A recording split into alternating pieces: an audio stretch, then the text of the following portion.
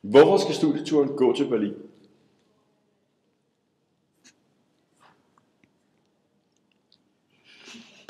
Hvorfor er det lige præcis turen skal gå til Berlin? Studieturen skal gå til Berlin af mange årsager. I Berlin har vi forhistoriske monumenter, som er værd at se.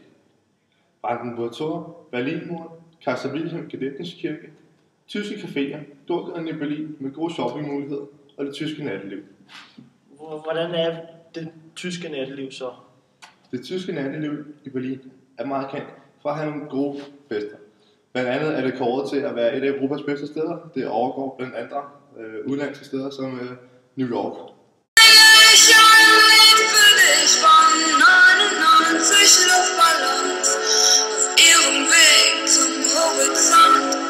Denkst du vielleicht gerade an mich? Singe ich ein Lied für dich von 99 Luftballons, das sowas von sowas kalt. Hvad så med maden? Hvad kan få god mad dernede? Ja, tyskerne er jo kendt for deres gastronomiske vidunderværk, en frankfurter.